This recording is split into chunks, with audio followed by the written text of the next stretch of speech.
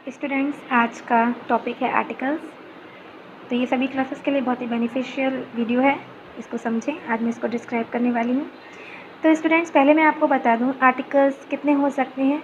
तो आप जैसे कि देख रहे हैं कि ए, एन और द, ये 3 ऐसे आर्टिकल्स हैं जो कि आ सकते हैं। और इसके अलावा एक और भी ऑप्शन रहता है जो कि नो आर्टिकल का रहता है, वो मैं आपको बाद में बताऊँगी। तो पहले ये 3 हमारे ये ऑप्शन हैं जिनको हमें समझ लेना होगा।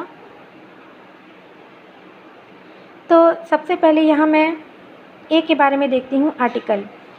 तो यहाँ 3 मैंने आपको बता दिए हैं, 3 आर्टिकल हो सकते हैं। तो ए और एन जो ये होते हैं, ये हमारे इनको कहते हैं इनडेफिनेट आर्टिकल्स। क्या कहते हैं? इनडेफिनेट। और जो हमारा तीसरा होता है द, इसको कहते हैं डेफिनेट आर्टिकल। जैसे कि देख के भी पता लग रहा है, इनडेफिनेट यानी श्योर नहीं है, कोई चीज़ जो पक्की निश्चित ना हो। डेफिनेट का मीनिंग ही है बिल्कुल निश्चित।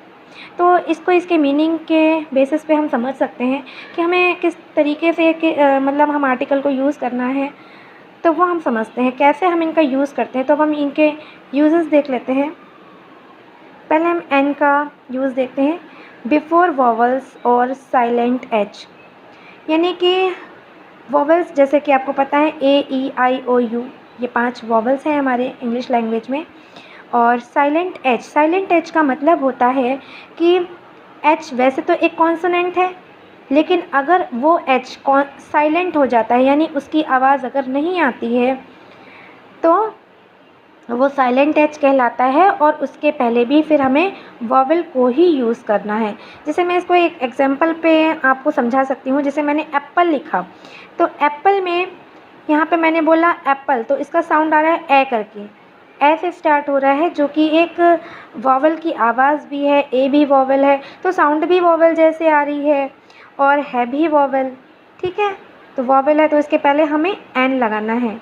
इसके बाद आप देखिए यहाँ पे मैंने एम ए लिखा हुआ है, तो एम ए में एम जो है वो कॉन्सोनेंट है, आप देख रहे हैं।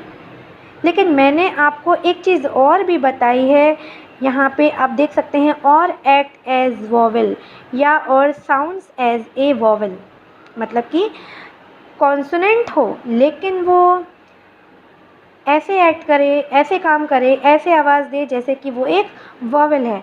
तो यहाँ पे कॉन्सोनेंट है लेकिन वो एक्ट ऐसे कर रहा है, साउंड ऐसे दे रहा है जैसे कि वो एक वॉवल हो। तो जैसे मैंने बोला एम ए, तो एम ए में स्टार्ट कहाँ से हो रहा है? एम, यानी कि ए। जिसे मैंने इसको बोला था ए, एप्पल के लिए ए यूज़ किया, उसी तरीके से आप देख रहे हो मैंने बोलने के लिए इसको स्टार्ट किया एम, यानी ए स्टार्ट किया। तो ये भी वॉवल की आवाज़ है। वॉवल की आवाज़ मैं आपको बता दूँ, ये जैसे कि आप मात्राएं आप जिनको कहते हैं, जिनके लिए आप मात्राओं को यूज़ करते हैं, जैसे हिंदी लैंग्वेज में भी, तो इसमें जो वॉवल्स होते हैं वो भी स्वर कहलाते हैं, मात्राओं के लिए यूज़ किए जाते हैं। तो आप देख रहे हैं कि एम ए में तो ए जो साउंड है ए, वो आता है हमारा वॉवल में। तो इसलिए हम इसको कॉन्सोनेंट होने के बावजूद भी, क्योंकि ये साउंड एक वॉवल की तरह दे रहा है, तो हमने यूज़ किया एन। आप सोच रहे होंगे यहाँ पे कॉन्सोनेंट है लेकिन यहाँ पे एन लगा रखा है, तो उसका रीज़न ये है। यहाँ पे आप देखिए कि ऑनेस्ट पर्सन, वही चीज़ आ गई साइलेंट एच वाली। एच है पर यहाँ एच साइलेंट है, वो कैसे मैं बताऊँ। इसको अगर मैं एच ऐसे पढ़ती हूँ हॉनेस्ट, बट ये सही तरीका नहीं है। इंग्लिश लैंग्वेज में हमें इसको पढ़ना होता है ऑनेस्ट। कैसे पढ़ना है? ऑनेस्ट, यानी कि अगर मैं इसको लिखती हूँ हिंदी में तो ऐसे लिखूँगी,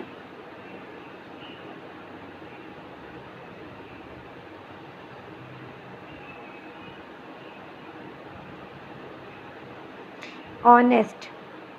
ठीक है, ऑनेस्ट मैंने लिखा, तो यहाँ पे आप देख रहे हो हा का यूज़ नहीं है, प्रोनाउंसिएशन इसका ओ से है, ऑनेस्ट पर्सन। तो यहाँ पे एच साइलेंट है, इसलिए यहाँ पे साइलेंट होने के बाद साउंड आ रहा है ओ, यानी कि वॉवल के जैसे साउंड भी कर रहा है, तो हमें एन लगाना है। भले ही कॉन्सोनेंट हो, लेकिन अगर साउंड वो वॉवल जैसा करता है तो हमें वॉवल के लिए एन यूज़ करना है। इसके बाद हम देख लेते हैं ए का यूज़। बिफोर कॉन्सोनेंट और वॉवल्स बट एक्ट और साउंड्स एज ए कॉन्सोनेंट। यहाँ पे हम देख लेते हैं कि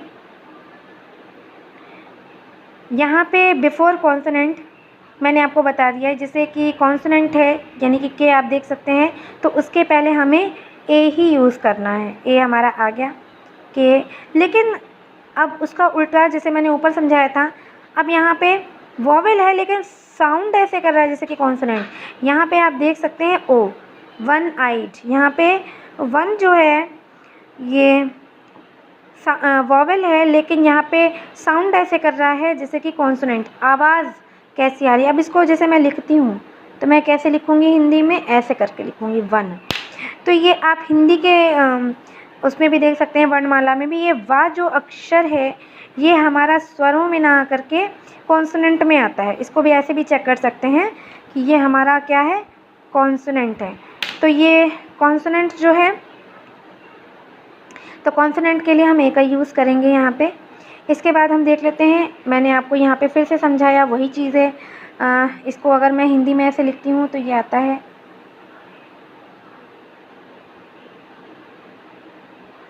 यूरोपियन। तो यूरोपियन में आप देख लीजिए यू जो है वो स्वर आ से आह तक में ना आके का से ग्या के बीच में आ रहा है। ये एक यानी कि कॉन्सोनेंट है। और ऐसे भी चेक कर सकते हैं कि भले ही ये वॉवेल है लेकिन साउंड ये ऐसे कर रहा है जैसे कि ये कॉन्सोनेंट हो। तो कॉन्सोनेंट साउंड करने पे आपको ए ही यूज़ करना है, भले ही आपको वॉवेल क्यों ना हो। ये चीज़ें हैं। दा को मैं एक चीज़ समझा दूँ, बहुत से लोग दा में कंफ्यूज रहते हैं, तो इसके लिए मैं एक सिंपल एक सीधी सी लाइन बताऊँगी आपको।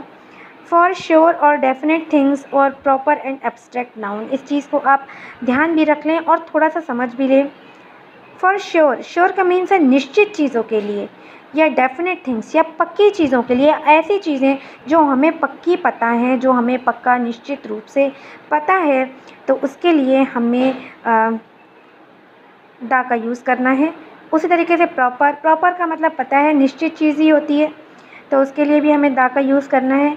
एब्स्ट्रैक्ट नाउन, जैसे एब्स्ट्रैक्ट नाउन में आपको बताऊं, जैसे हिंदी में इसको कहते हैं भाववाचक संज्ञा, यानी कि ऑनेस्टी हो गई, ब्रेवरी हो गई, यानी बहादुरी, ईमानदारी या कोई भाव, खुशी, इस तरीके से, है ना।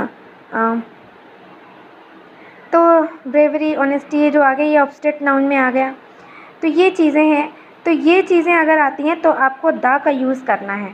तो थोड़ा सा अब आप इसको देख लीजिएगा, जैसे मैंने यूज़ किया बाइबल, तो बाइबल एक ऐसी चीज़ है जिसका जो दूसरी नहीं हो सकती, जो बिल्कुल ही डेफिनेट है, पक्की है, तो उसके लिए आपको द बाइबल लगाना है। या मैं कोई एक देती हूँ, कभी कभी ऐसा आता है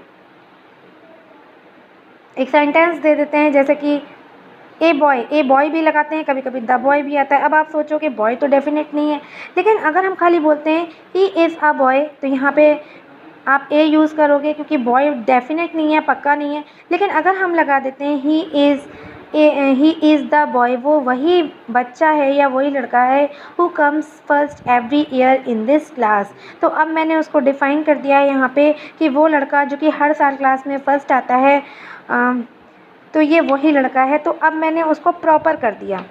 पहले ये प्रॉपर नहीं था जब मैंने खाली इतना बोला था ही इज़ अ बॉय, लेकिन अब मैंने उसको प्रॉपर कर दिया, उसके बारे में थोड़ा सा श्योरिटी देके कि हाँ ये वही लड़का है। तो ये द के बारे में हो गया यहाँ पे।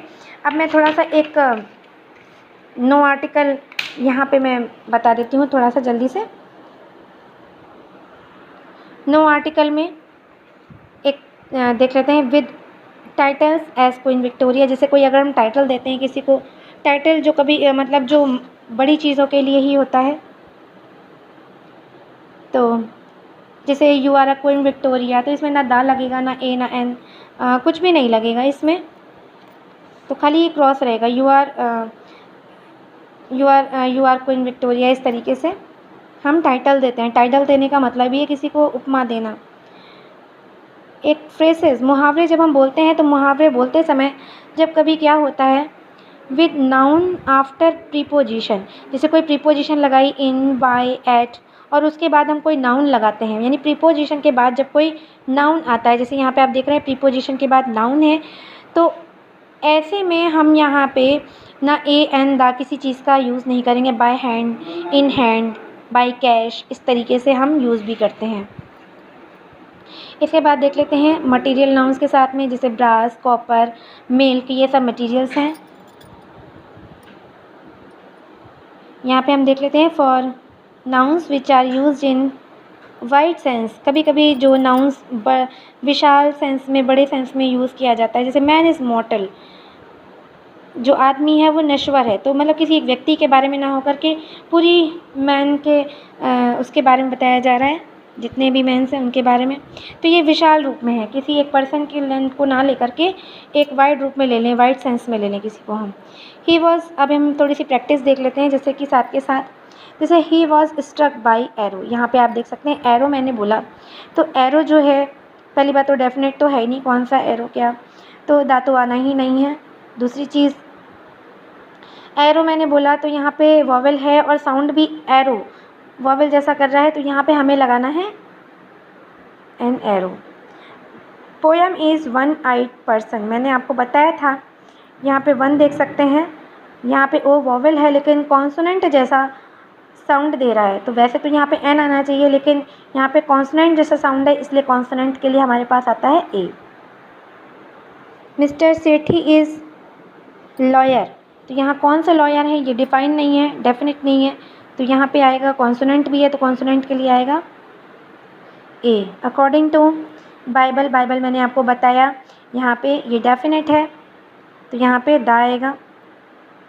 According to the Bible God made the word, word एक ही है, संसार तो एक ही है, कोई इसमें बिल्कुल डेफिनेट है, ये भी article, the word in 6 days। ठीक है, इस तरीके से मैंने आपको कुछ प्रैक्टिसेस मैंने साथ के साथ दिखा दी हैं। आई होप सभी स्टूडेंट्स को बहुत अच्छे से समझ में आ गया होगा। If you have any doubts, तो अगर आपके पास कोई डाउट्स हैं तो आप कमेंट नीचे करिए, मैं बिल्कुल उनको देखूँगी। ओके।